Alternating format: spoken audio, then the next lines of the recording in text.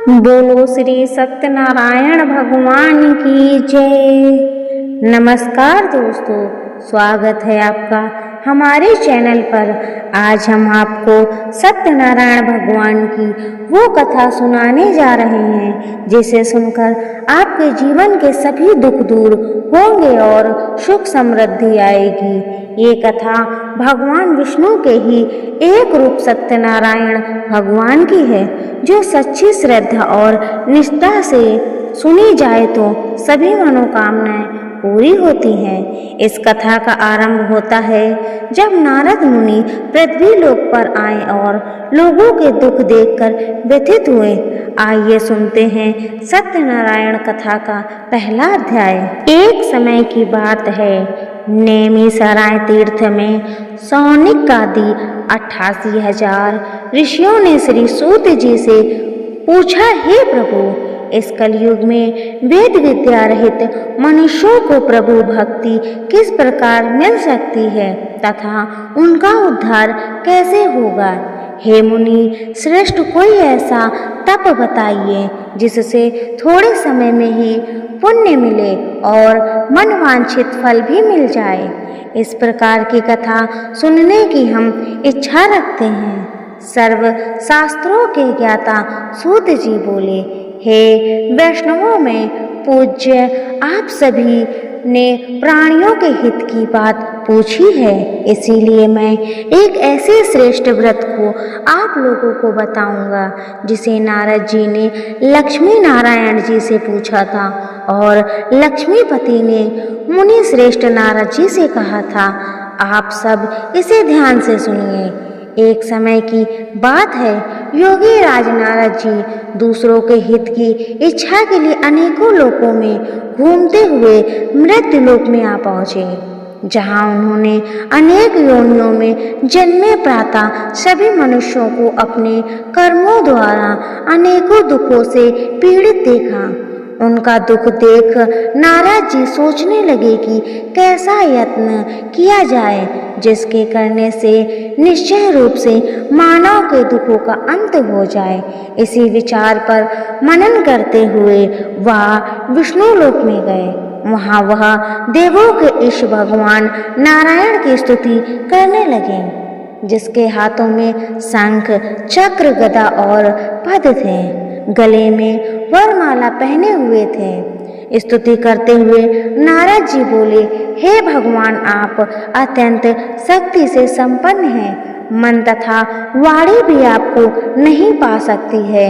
आपका आदि मध्य तथा अंत नहीं है। निगूढ़ स्वरूप सृष्टि के कारण भक्तों के दुख को दूर करने वाले आपको मेरा नमस्कार है।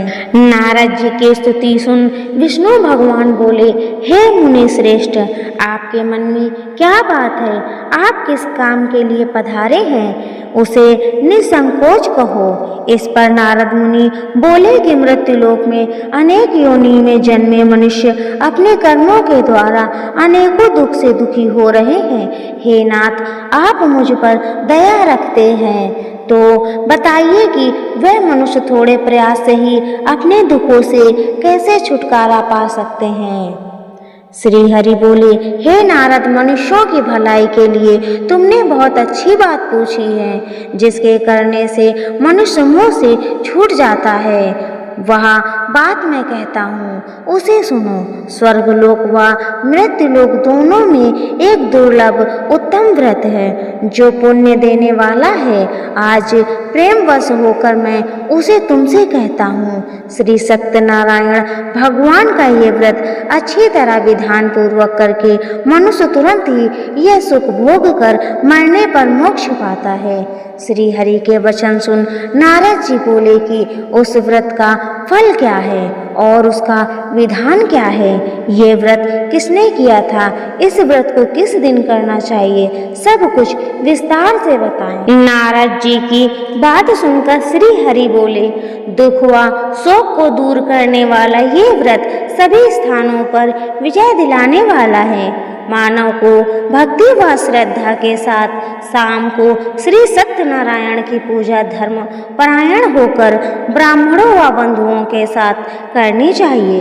भक्ति भाव से ही नैवेद्य केले के फल, घी, दूध और गेहूं का आटा शवाला लें। गेहूं के स्थान पर साटी का आटा, शक्कर तथा गुड़ लेकर वह सभी भक्षण योग्य पदार्थ को मिलाकर भगवान का भोग लगाएं।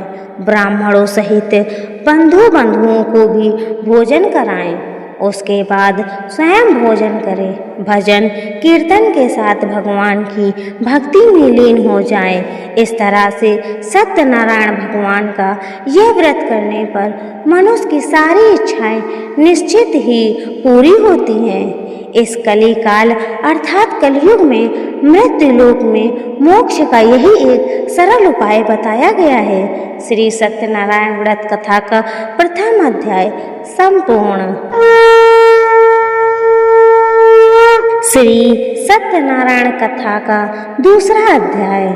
सूत जी बोले, हे ऋषियों, जिसने पहले समय में इस व्रत को किया था उसका इतिहास कहता हूँ, ध्यान से सुनो। सुंदर काशीपुरी नगर में एक अत्यंत निर्धन ब्राह्मण रहता था। भूख प्यास से परेशान वह धरती पर घूमता रहता था।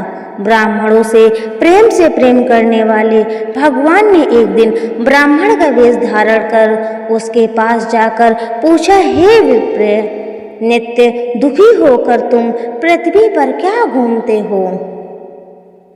दीन ब्राह्मण बोला, मैं निर्धन ब्राह्मण हूँ, भिक्षा के लिए धरती पर घूमता हूँ। हे भगवान, यदि आप इसका कोई उपाय जानते हो तो बताएं। वृद्ध ब्राह्मण कहता है कि सत्यनारायण भगवान मनोवांछित फल देने वाले हैं, इसीलिए तुम उनका पूजन करो। इसे करने से मनुष्य सभी दुखों से मुक्त हो जाता है। वृद्ध ब्राह्मण बनकर आए सत्यनारायण भगवान उस निर्धन ब्राह्मण को व्रत का सारा विधान बताकर अंतर्ध्याय हो गए। ब्राह्मण मन ही मन सोचने लगा कि जिस व्रत को वृद्ध ब्राह्मण करने को कह गया है, मैं उसे जरूर करूँगा। यह निश्चय करने के बाद उसे रात में नींद नहीं आई। वह सवेरे उठकर सत्यनारायण भगवान के व्रत का निश्चय कर भिक्षा के लिए चला गया। उस दिन निर्धन ब्राह्मण को भिक्षा में बहुत धन मिला, जिससे उसने बंधुओं के साथ मिलकर श्री सत्यनारायण भगवान का व्रत संपन्न किया। भगवान सत्यनारायण का व्रत संपन्न करने के बाद वह निर्धन ब्राह्मण सभी दुखों से छूट गया और अनेक प्रकार की संपत्तियों से युक्त हो गया। उसी समय से यह ब्राह्मण हर माह इस व्रत को करने लगा। इस व्रत से सत्यनारायण भगवान के व्रत को जो मनुष्य करेगा वह सभी प्रकार के पापों से छूटकर मोक्ष को प्राप्त होगा।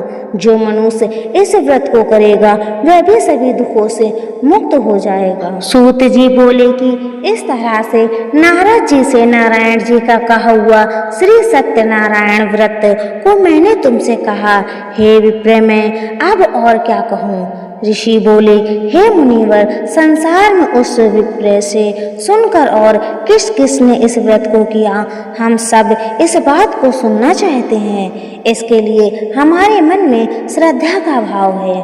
सूत जी बोले, मुनियों, जिसने इस व्रत को किया है वह सब सुनो। एक समय वही विप्र धन व ऐश्वर्य के अनुसार अपने बंधुओं के साथ इस व्रत को करने को तैयार हुआ। उसी समय एक लकड़ी बेचने वाला बूढ़ा आदमी आया और लकड़ियां बाहर रखकर अंदर ब्राह्मण के घर में गया।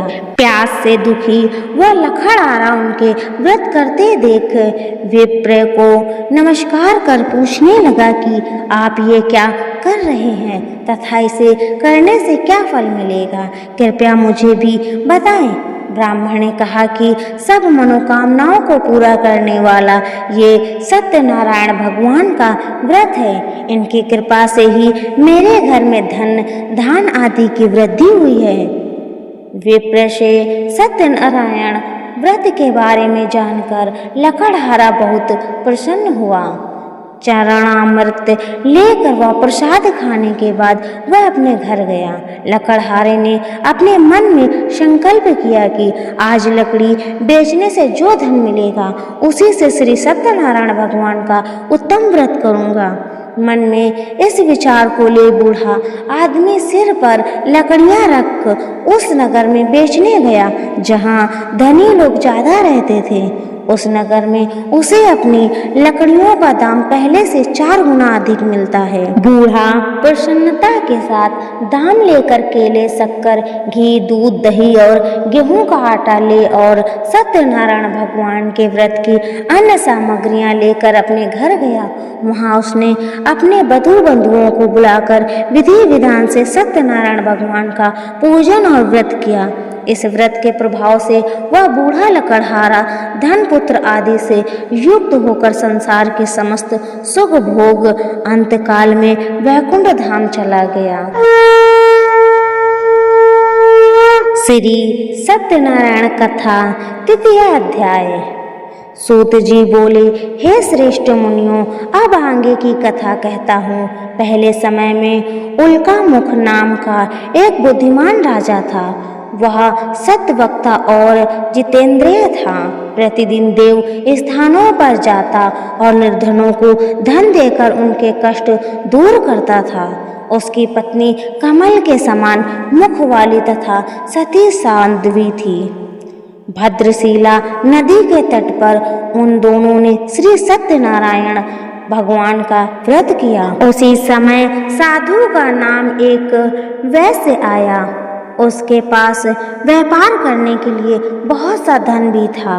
राजा को व्रत करते देखकर वह विनय के साथ पूछने लगा, हे राजन, भक्ति भाव से पूर्ण होकर आप ये क्या कर रहे हैं? मैं सुनने की इच्छा रखता हूँ, तो आप मुझे बताएं।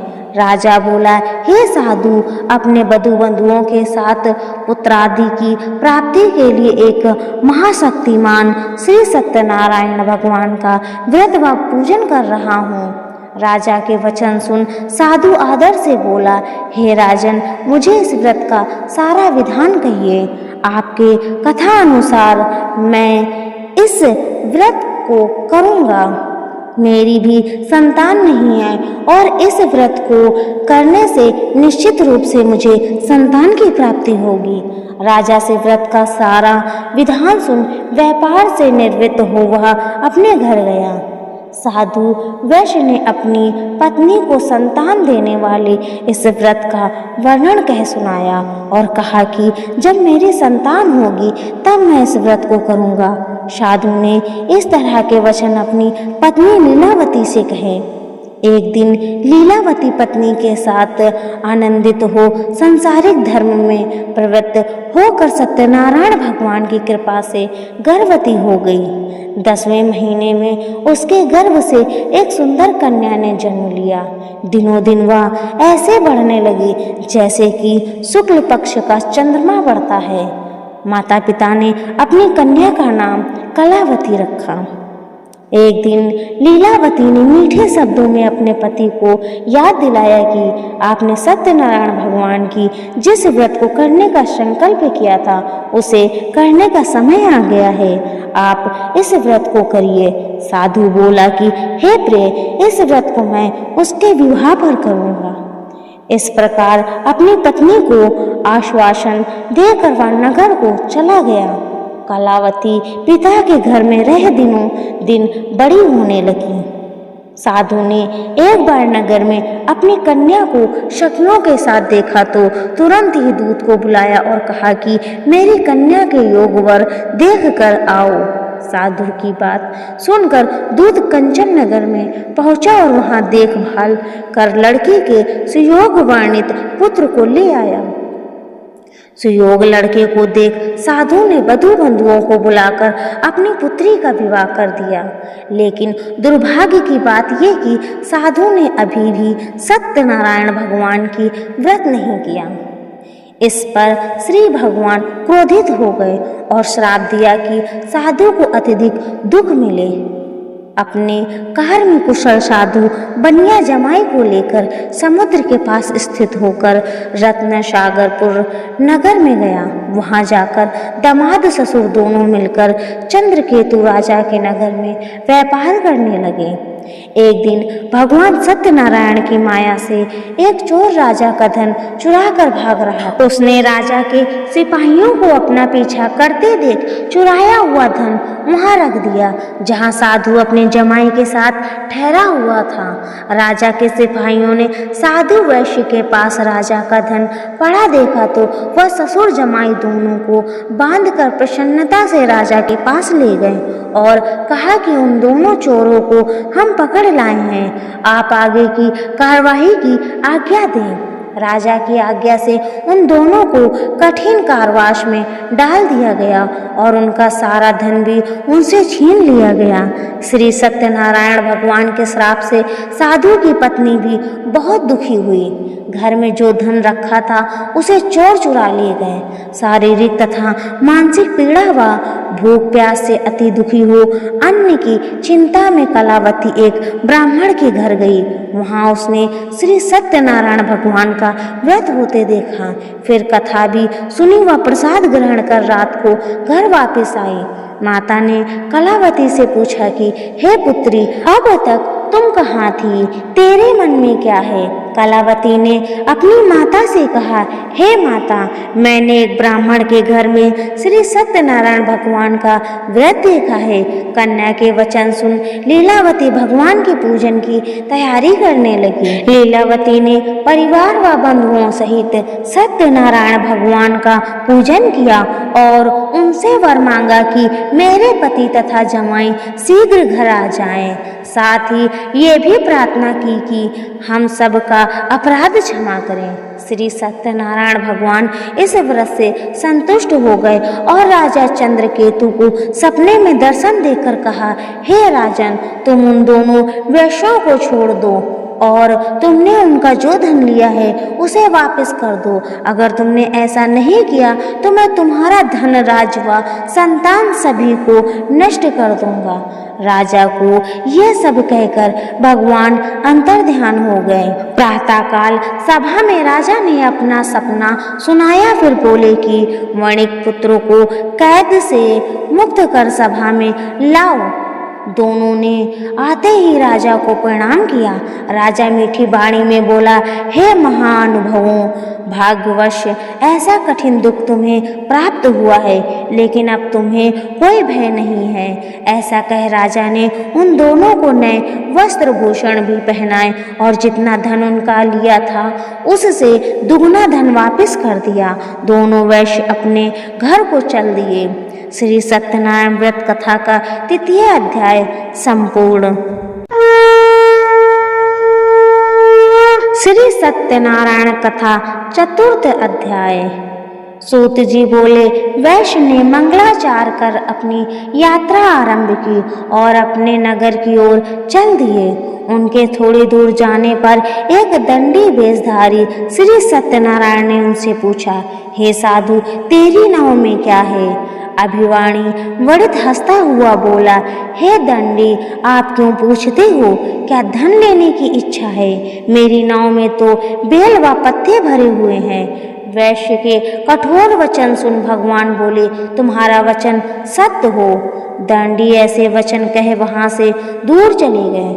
कुछ दूर जाकर समुद्र के किनारे बैठ गए। दंडी के जाने के बाद साधु वैश्य ने नित्य क्रिया के पश्चात नाव को ऊंची उठते देखकर अचंभय माना और नाव में बेल पत्ते आदि देख वह मूर्छित हो जमीन पर गिर पड़ा। मूर्छा खुलने पर वह अत्यंत शोक में डूब गया। तब उसका दामाद बोला कि आप शोक न मनाएं, यह दंडी का श्राप है, इसीलिए हमें उनकी शरण में जाना चाहिए, तभी हमारी मनोकामना पूरी होगी।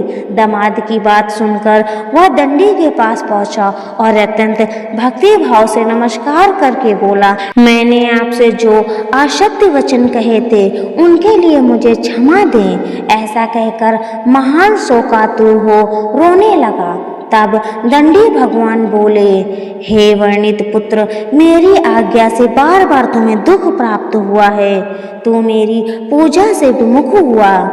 साधु बोला, हे भगवान, आपकी माया से ब्रह्मा आदि देवता भी आपके रूप को नहीं जानते, तब मैं अज्ञानी कैसे जान सकता हूँ। आप प्रसन्न होइए, अब मैं सामर्थ्य के अनुसार आपकी पूजा करूँगा। मेरी रक्षा करो और पहले के समान नौका में धन भर दे। साधु वैश्य के भक्ति पूर्वक वचन सुनकर भगवान प्रसन्न हो गए और उसकी इच्छानुसार वरदान देकर अंतर्धान हो गए। ससुर जमाई जब नाव पर आए तो नाव धन से भरी हुई थी। फिर वही अपने अन्य साथियों के साथ सत्यनारायण भगवान का पूजन कर अपने नगर को चल दिए। जब नगर के नजदीक पहुंचे तो दूत को घर पर खबर करने के लिए भेज दिया। दूत साधु की पत्नी को प्रणाम कर कहता है कि मालिक अपने दामाद सहित नगर के निकट आ गए हैं। दूत की बात सुन साधु की पत्नी लीलावती ने बड़े हर्ष के साथ सत्यनारायण भगवान का पूजन कर अपनी पुत्री कलावती से कहा कि मैं अपने पति के दर्शन को जाती हूँ, तू कार्य पूर्ण कर शीघ्र आ जा। माता के ऐसे वचन सुन कलावती जल्दी में प्रसाद छोड़ अपने पति के पास चली गई। प्रसाद की अवज्ञा के कारण श्री सत्यनारायण भगवान रुष्ट हो गए और नाव सहित उसके पति को पानी में डुबो दिया। कलावती अपने पति को वहां ना पाकर रोती हुई जमीन पर गिर गई। नौका को डूबा हुआ देख हुआ कन्या को रोता देख साधु दुखी होकर बोला कि हे प्रभु, मुझसे तथा मेरे परिवार से जो भूल हुई है उसे क्षमा करें। साधु के दीन वचन सुनकर श्री सत्यनारायण भगवान प्रसन्न हो गए और आकाशवाणी हुई, हे साधु, तेरी कन्या मेरे प्रसाद को छोड़कर आई है, इसीलिए उसका पति अदृश्य हो गया है। यदि वह घर जाकर प्रसाद खाकर लौटती है तो इसे उसका पति अवश्य मिलेगा। ऐसी आकाशवाणी सुन कलावती घर पहुंचकर प्रसाद ग्रहण करती है और फिर आकर अपने पति के दर्शन करती है। उसके बाद साधु अपने वधु बंधुओं सहित श्री सत्यनारायण भगवान का विधि विधान से पूजन करता है तथा इस लोक में सुख भोग व अंत में स्वर्ग को जाता है। श्री सत्यनारायण व्रत कथा का 4th अध्याय संपूर्ण। श्री सत्यनारायण कथा 5म अध्याय। सूत जी बोले, हे ऋषियों, मैं और भी एक कथा सुनाता हूँ, उसे भी ध्यान पूर्वक सुनो। प्रजापालक में लीन तुंगध्वज नाम का एक राजा था। उसने भी भगवान का प्रसाद त्याग कर बहुत ही दुख सहन किया। एक बार वन में जाकर वन पशुओं को मारकर वह बड़ के पेड़ के नीचे आया। वहां उसने ग्वालों को भक्ति भाव से अपने बंधुओं सहित सत्यनारायण भगवान का पूजन करते देखा। अभिमानवश राजा ने उन्हें देखकर भी पूजा स्थान में नहीं गया और ना ही उसने भगवान को नमस्कार किया। ग्वालों ने राजा को प्रसाद दिया, लेकिन उसने वह प्रसाद नहीं खाया और प्रसाद को वहीं छोड़ वह अपने नगर को चला गया। जब वह नगर में पहुंचा तो वहां सब कुछ तहस नहस हुआ पाया तो वह शीघ्र ही समझ गया कि यह सब भगवान ने ही किया है। वह दोबारा ग्वालों के पास पहुंचा और विधि पूर्वक पूजा करके प्रसाद खाया तो श्री सत्यनारायण भगवान की कृपा से सब कुछ पहले जैसा हो गया। दीर्घ काल तक सुख भोगने के बाद मरणोपरांत उसे स्वर्ग लोक की प्राप्ति हुई। जो मनुष्य परम दुर्लभ इस व्रत को करेगा तो भगवान सत्यनारायण की अनुकंपा से उसे धन धान की प्राप्ति होगी। निर्धन धनी हो जाता है और भय मुक्त हो जीवन जीता है। संतानहीन मनुष्य को संतान सुख मिलता है और सारे मनोरथ पूर्ण होने पर मानव अंतकाल में वैकुंठ धाम को जाता है। सूत जी बोले, जिन्होंने पहले इस व्रत को किया है। अब उनके दूसरे जन्म की कथा कहता हूँ। वृद्ध संतानंद ब्राह्मण ने सुदामा का जन्म लेकर मोक्ष की प्राप्ति की। लकड़हारे ने अगले जन्म में निषाद बनकर मोक्ष प्राप्त किया। उल्कामुख नामक का राजा दशरथ होकर वैकुंठ में गए। साधु नामक के वैश्य ने मोर ध्वज बनकर अपने पुत्र को सारे से चीरकर मोक्ष पाया। महाराज तुंगध्वज ने स्वयंभू होकर भगवान में भक्ति युक्त हो कर्म पर मोक्ष पाया। श्री सत्यनारायण भगवान की पंचम अध्याय समाप्त। श्री सत्यनारायण भगवान की कथा आज यहीं संपन्न होती है। इस कथा के माध्यम से हमने जाना कि सत्य ही ईश्वर है और सत्य का पालन करने से जीवन के सभी कष्ट दूर होते हैं और मनोकामनाएं पूर्ण होती है। यह कथा सभी के जीवन में सुख समृद्धि और शांति लाए, यही प्रार्थना है। आप सभी से अनुरोध है कि इस वीडियो को ज़्यादा से ज़्यादा लाइक करें, अपने मित्रों और परिवार के साथ शेयर करें और ऐसे ही धार्मिक वीडियो देखने के लिए हमारे चैनल को सब्सक्राइब करना ना भूलें। दोस्तों, मिलते हैं ऐसे ही नेक्स्ट कथा में। तब तक के लिए आप सभी दोस्तों को जय सिया राम, जय हनुमान।